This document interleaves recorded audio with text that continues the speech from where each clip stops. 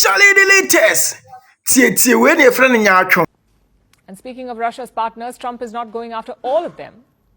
He's only going after one of them, and that is India. The United States can still buy from Russia. Europe can still buy from Russia.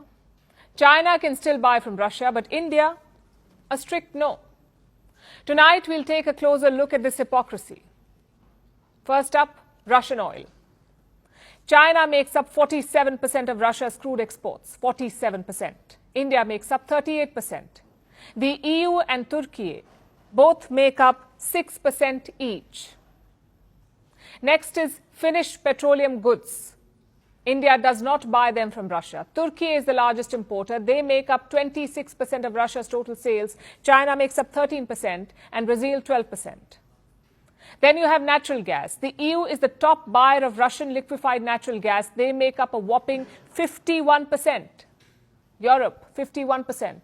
China is at 21%. Japan is at 18%. India is nowhere in this picture. Same with pipeline gas. The EU remains the top buyer from Russia with the share up to 37%.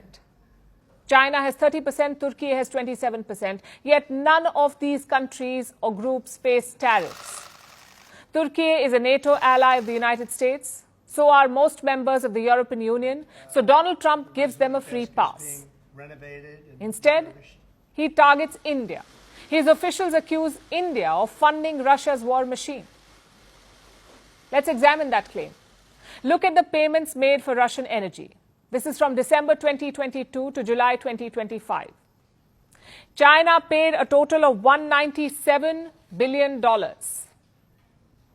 That's how much they have paid Russia for energy imports, $197 billion. How much has India paid? $120 billion.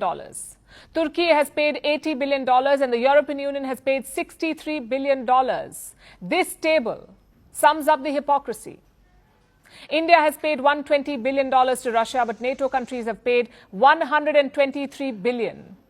Yet, who gets the tariffs? Only India. Even today, 10% of Russian energy ends up in Europe, but nobody bats an eyelid. Nobody accuses Europe of funding the war. The truth is, Brussels has been wily. In public, they talk about crippling Russia's economy. They talk about ending energy imports. But they never do it. They sneakily carve out exemptions. But even today, Russian natural gas is unsanctioned. Why? Because Europe cannot live without it. Same with crude oil. European companies cannot import via sea, but you can import through pipelines. No logic, just casual hypocrisy. Another example is refined crude products. The EU has decided to ban them, but some of its partners are exempt from this ban, like Canada, Switzerland, and the UK. So there are two double standards here. One is the sanction carve-outs. You target things you cannot live without. You target things you can live without, rather, but you exempt things that you cannot live without. Either way, it's money flowing into Russia. The second double standard is the singling out of India. This accusation of funding the war. Like I said, NATO countries have paid more to Moscow, plus China is helping the war effort. Beijing has been shipping dual-use goods to Russia. They also supply spare parts and electronics, yet there are no tariffs on China.